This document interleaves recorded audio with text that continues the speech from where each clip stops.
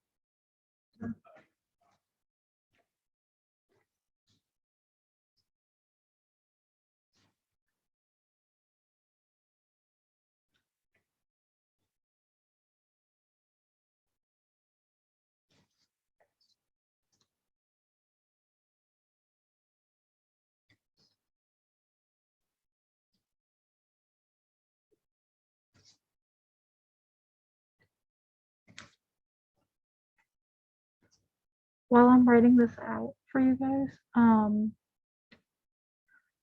go ahead and like in the chat, you can write things like, like certain questions you've had, um, anything you want me to focus on in particular. I'm probably gonna work on the microscopes, um, but anything else you guys can think of?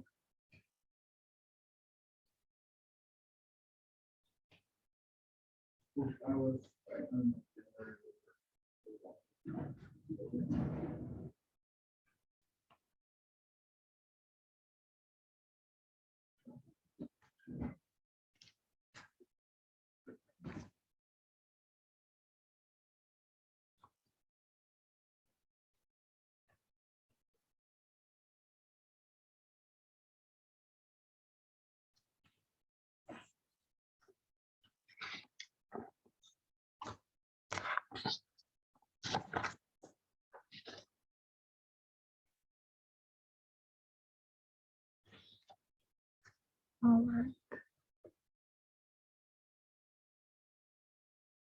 Do I have everybody's ID number and name in the chat?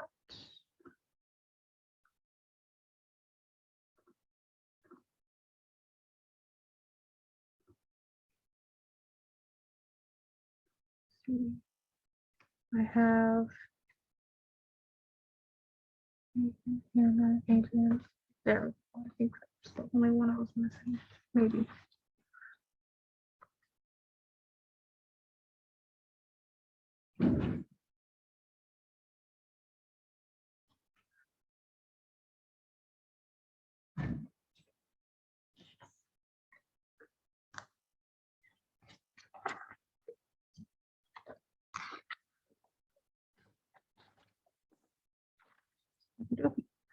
So let's go ahead and get started. Let's see. So I was gonna go over the for the case study, we have a question that wants us to identify what microscope was being used. Can you explain to us how you identify what images belong to what microscope? Of course I can. So for this, I'm gonna pop up a screen so that I can pull up a few examples and we can go over it together. Okay, everybody can see that just fine.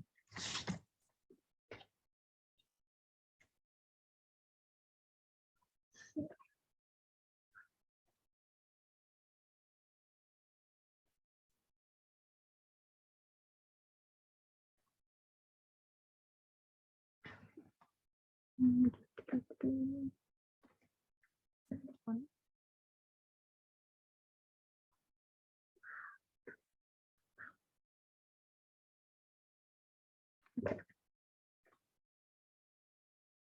Let me just download it.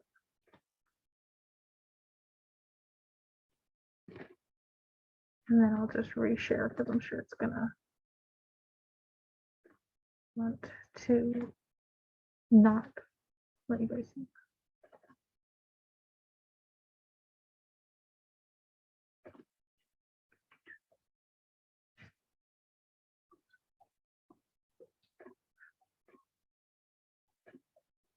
Okay, we got it.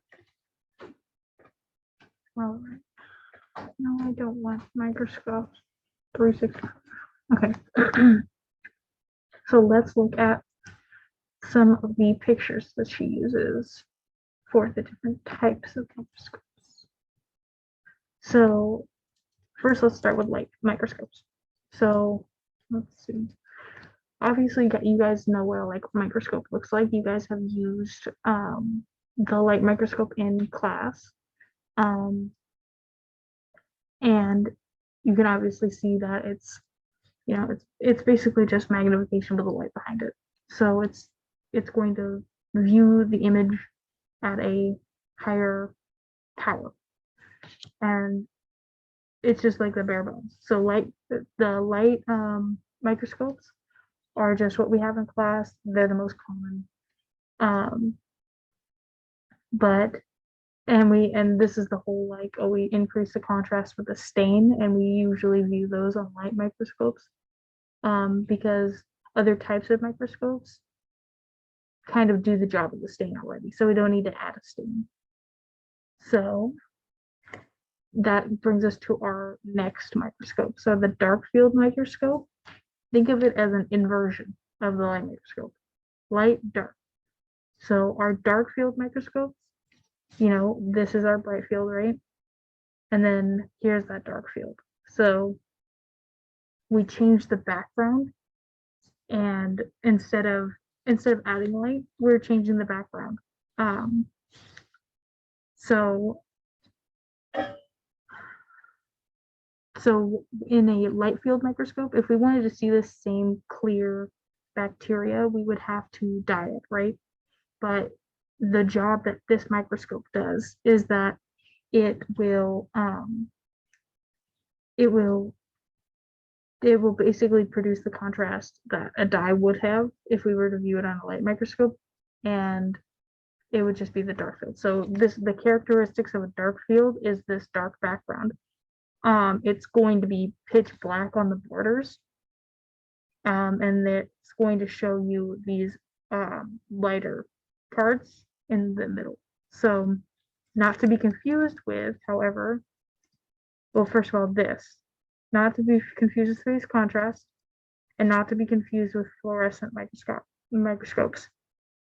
So fluorescent microscopes, there will be a halo. It will look like glow in the dark stars. Where on the other hand, dark field microscopes look like, it just looks like black on white. Okay. So that's what dark field microscopes are. Just think of the exact opposite of light microscopes. Phase contrast microscopes. So I know this is a little bit of a difficult concept in order to understand how it works. Did you want me to go over that as well?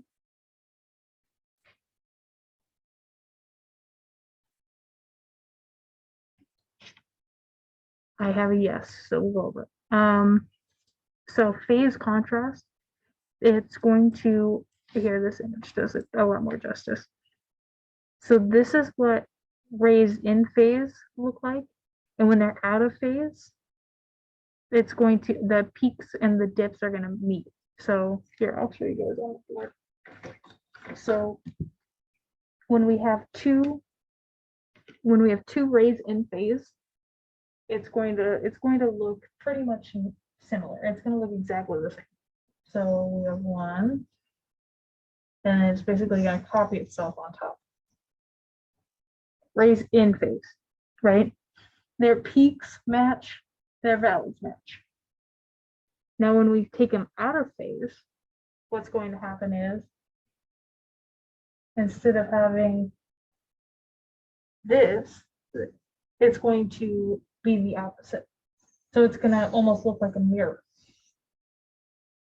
Okay, so one's peak matches another's valley. One's peak matches another valley. And then there's this big space. So this is what rays out of phase look like. Now, what the phase contrast microscope does is that they take the rays that are in phase and they shift them so that they're slightly out of phase. And then that's what the faceplate does until they're exactly half. Because if we move it a full phase out, that's going to just mean it's back in phase, if that makes sense. Because in order to visualize it, if we divide this up, this is going to be half a phase, this is going to be one phase, and let's call this 0 phase. So that'll be a quarter phase, and that's what we get when it goes through the specimen. So if it goes through the specimen, it's going to be out of phase by a quarter. But the phase plate makes up that extra quarter to make it half. So rays were once in phase. Once the rays hit the specimen, they shifted. You know, that they came in contact with something, they're no longer in phase. They're a quarter of the phase out. Then they hit this phase plate, and now they're another quarter, and now they're a total of half a phase out. And that's what allows us to see this. Because the light is traveling differently, it's going to appear differently. So the characteristics of this microscope is going to be very grayscale. It's going to look like a bright field microscope, but it's going to be grayscale. It's going to kind of glow a little bit. Another way you can tell between the microscopes is every single one of them is going to have the little like these, I think they say 20 micrometers. So every single micrograph is going to have one of those. If you see 20 micrographs or micrometers, it'll be different than if we go to, let's say, one of these. So this is 10 micrometers, right? And then we go even farther down the line, and these are really detailed images, and they can go down to 2 micrometers, right? So looking at that helps us also gauge what type of microscope this is, right? So any questions on bright field, dark field, or phase contrast? With phase contrast, that's kind of, it's looking at the inside of the cell, of the structure, right, of the organism. With phase contrast, we're phasing light out of its phase, and passing light through it, so we can see certain internal structures. It's kind of like, I don't know, like, have you ever had fruit jelly? If you shine a light under fruit jelly, you can see it on the inside. It's not going to be completely clear, and you can't get a definite, look at it. So the picture that we see is inside, just like the transmission, correct? Transmission electron microscopy. So I'm going to say it's not just like it, but it's a similar application where things are going through. The waves, these waves are going through the object and allowing you to see some of the internal structures. But remember, this is going to be light that we're talking about, not electrons. Gotcha. But phase contrast, dark field, we get those pretty well. Those are just going to be light rays. I'm going to double check that for you guys. Pretty sure Yeah, it's just visible light. All of these things are just visible light. The first three that I just said, yes. Now, if we move on to fluorescent microscopy, we're using a different type of source. We're using UV. So if we look back at our wavelength, right, the UV is going to be, it's going to be, I think, let's look at it. I don't want to tell you guys the wrong thing. So visible light is where we were, and the UV light is going to be a little bit more energy. So it's going to give us a little bit more of a clear view. So visible light was what we were working with these. Now we're going to UV. And I think this is like the order, is that the farther we get down this list, the higher the wavelength power. Okay, so fluorescence will work with certain certain bacteria in the future that have this gene that get to glow. So look forward to that. Some of them need to be stained. Some of them come naturally. Some of them we can biochemically engineer in order to all of a sudden have this gene and express it. So when we have a fluorescent microscope, we use the UV as a light source, and it's going to come back as the longer visible wavelength, right? This is the contrast that we're able to get, right? So on the left is a sputum sample. There's going to be a lot more than just bacteria, or in this case, it's going to be TB. There's a lot more than just TB in that sample. You could have blood, you could have dead white blood cells, you can have epithelial cells, you can have a lot of different things in that sample. It's really mixed, right? And we can't go in and try to like dive out and get just the TB and grow it, and because it's going to take forever. But what we can do is we can add the fluorescent dye that the TB specifically takes up and view it under a fluorescent microscope to detect the presence. So that would be the applicable reason we use fluorescent microscopes. It's not because they glow and they're pretty, but they some of the more pathogenic things that we will learn about has the genes for fluorescence. Or we can dye them and they'll actually take them. Like if they have an atypical cell wall, like TB does. That's a big one. This TB has an atypical cell wall, and you'll want to remember that. But anyways,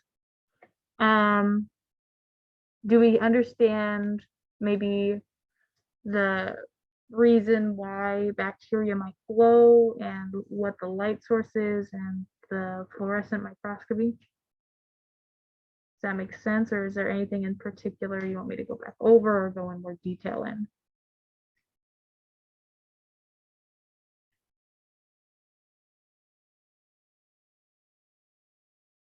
We're good? Okay, I'm gonna erase this.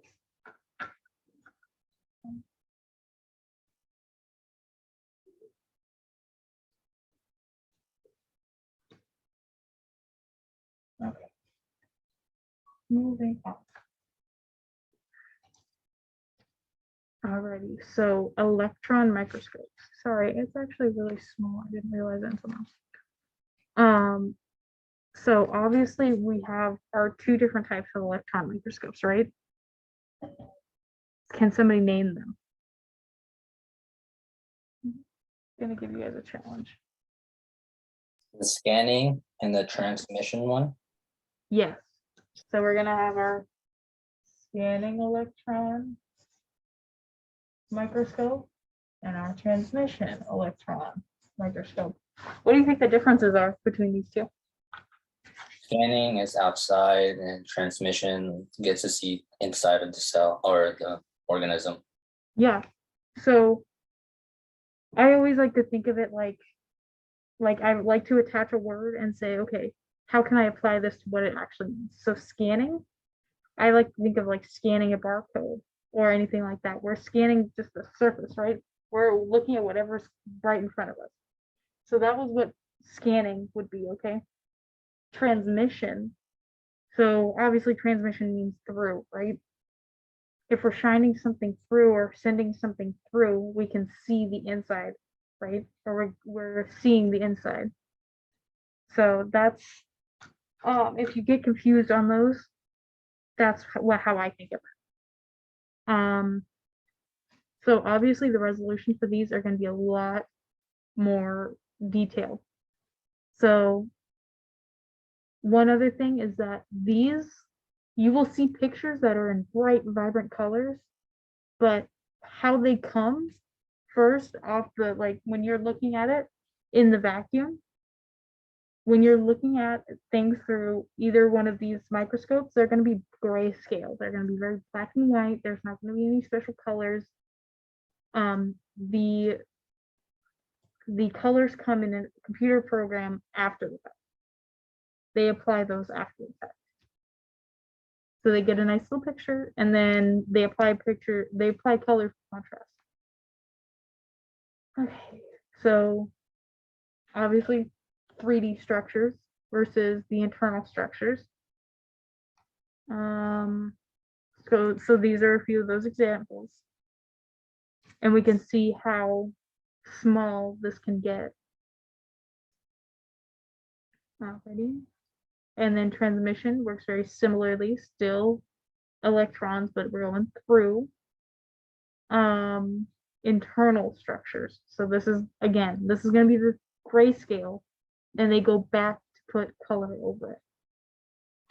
And it just helps with contrast.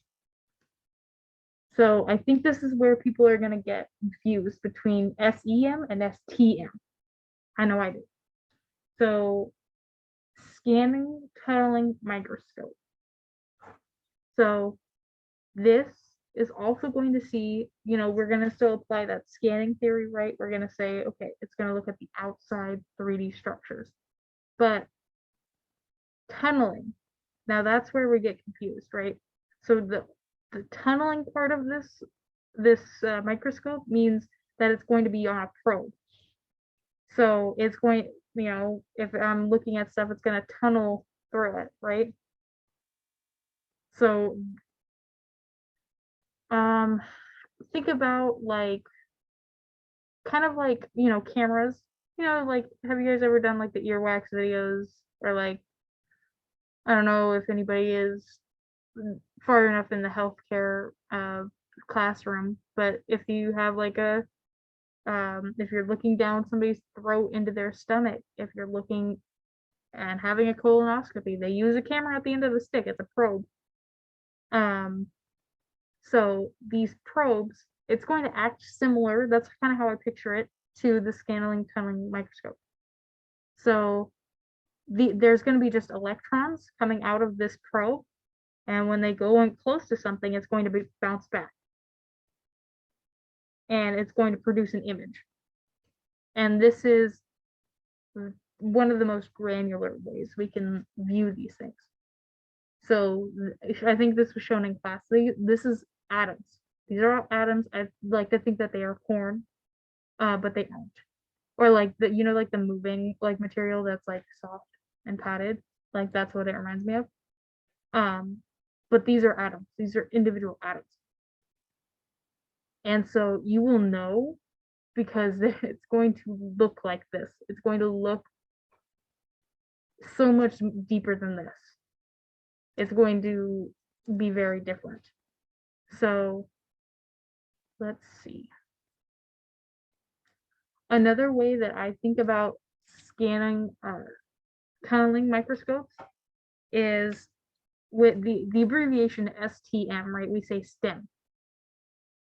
Not so great if we also have SEM. But since we say STEM and not SEM, I think of it like a stem on a rose or a stem on a flower, right? That stem is gonna be about the same shape as a probe, right? When I think of that as like the physical relationship, is that stem is going to have some kind of stem protrusion, and we're gonna look at things with it. So that's how I think about that. are there any questions on this stuff? And I can show you guys in a minute a few examples of some micrographs. I'll just have to like hide the answer. But how are we feeling? Is this a little more clear, or does it just feel like regurgitation?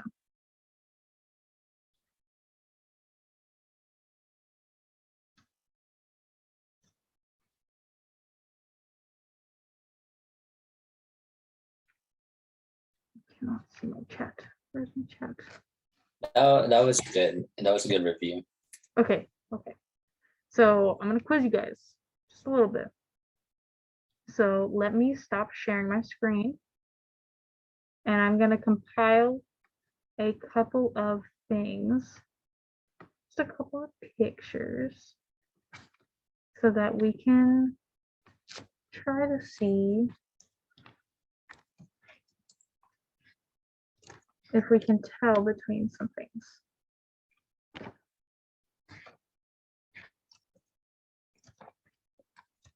Quick question. What type of microscopes allow you to see live bacteria, live cells? Light Light, good. in a dark field. Mm-hmm. Good. Alrighty.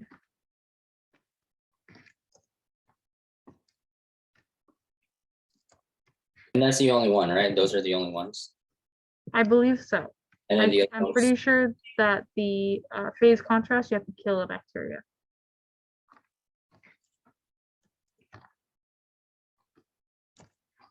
Okay,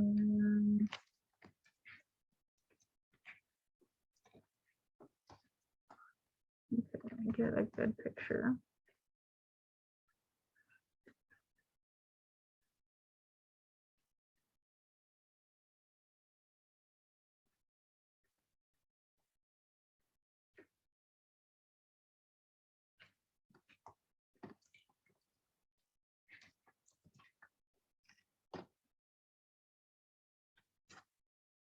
And all these just want to show me what it looks like. I don't need to know what a this type of microscope looks like. I need to know what I like, can see with it. Yeah. Okay. This is pretty good. And it doesn't say it. Good. Okay.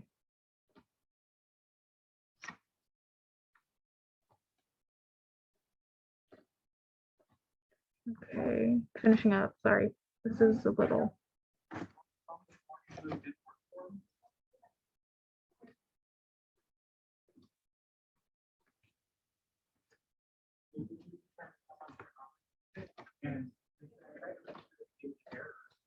Okay, which one did you try? Okay, good, got it.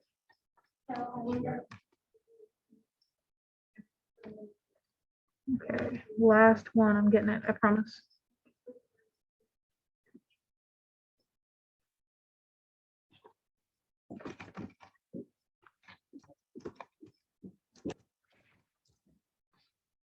All right, we will spend 10 minutes on this, and then I'm gonna give you guys a quick break because I have no idea why, but my computer will never ever let me go past about 40 minutes in the Zoom sessions. So I don't know. I'm sorry, but I'll cut off and I'll stop the meeting, and then we will reconjoin.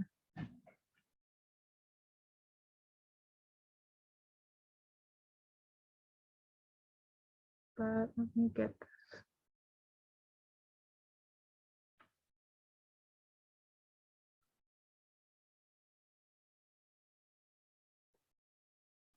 This is not me. Good. And all right, now let me share my screen. Right okay.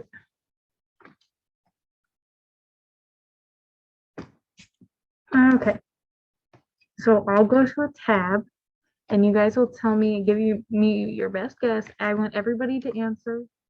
Oh, sorry, I have a So when you look at an image of an organism on a slide, you assess lighting and size.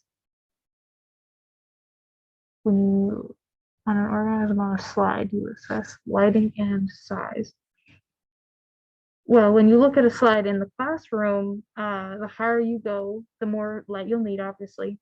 And I think what you mean, oh, okay. I think what you mean is what does the light look like and what is the micrograph size? So yes, you will look at those two things and help you try to take as many context clues as you can in order to correctly identify what microscope is being used. So let's start with the first one. What do we think this microscope could be? Everybody answer, doesn't matter if you're right or wrong. It gives you some experience in answering these questions. Okay.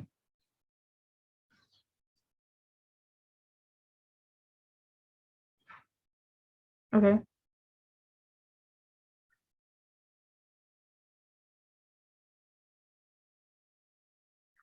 Okay, that's 3. I need 3 more. Okay. Okay. Okay. So yes, it is dark field. No, you're good, you're good. If you're driving, don't worry about it. If you say it out loud and I'll keep the honor system. If you say it out loud, it'll help you. So yes, dark field. How do we know it's dark field, right? It's going to be a very pitch black background and very stark contrast to the white that tells us the size of these cells, right? We don't really see a halo effect going on. It's not really in grayscale. It's not super detailed. And yeah, so those are the reasons why we don't necessarily see um, a whole lot of, well, this is why we see it's a dark field, right? Okay, so you guys got that one, right? And let me go on to this one. I'll close up. What do we think this one is?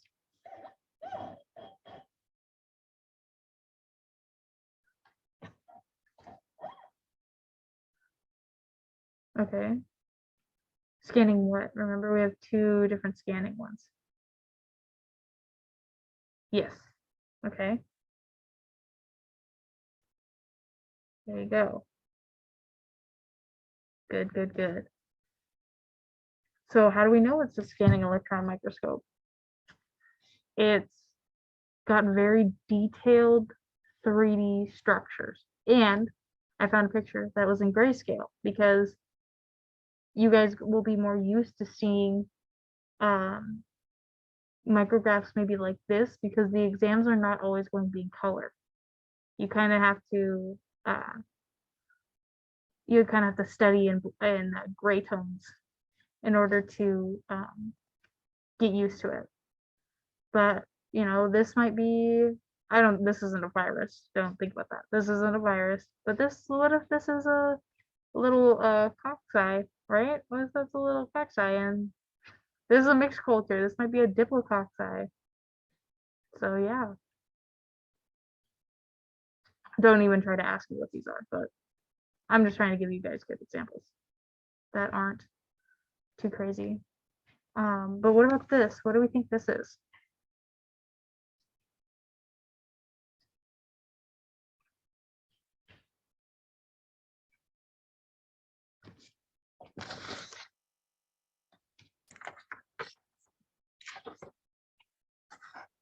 Okay.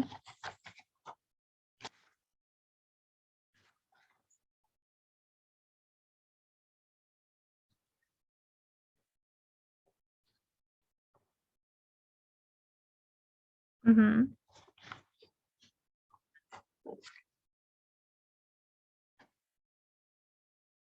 Yep. It is a light microscope. Sorry. So how do we know it's a light microscope, right? It's obviously got, I chose like the grainiest one, but it's got not the greatest resolution. This may or may not be the gram stain, but we can see if there is any contrast, it's a stained. Is this gram stain positive? I chose a very terrible picture, I will admit. But out of what I can see, no, it looks gram negative to me. If this was the gram stain, I didn't choose one that was or wasn't, but it's going to be a very obvious deep purple if it's gram positive. Like it's not gonna be like what's purple, what's pink. It's gonna be either purple or it's not. And if it's not, it's gram negative. Alrighty, so light microscope, right? Pretty cool stuff. Okay. So next we have this. What do we think this is?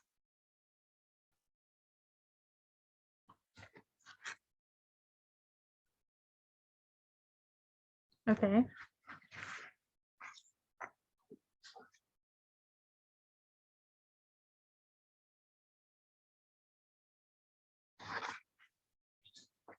Oh, very good.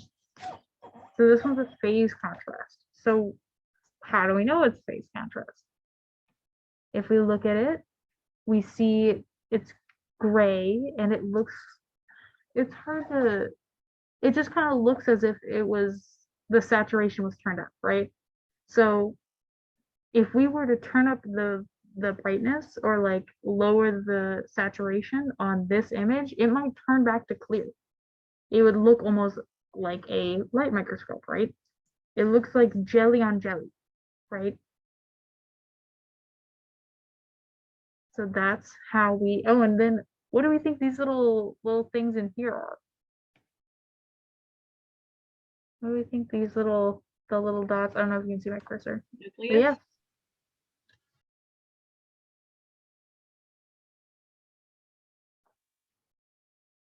Nucleus is right. So, you'll start to be able to draw comparisons and be able to say, oh, well, this means this, and you will be able to do it a little more fluidly. So I'm almost out of time, but let's quickly do this one. What do we think this one is?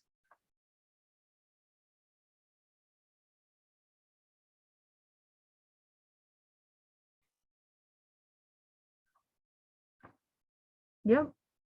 Yep.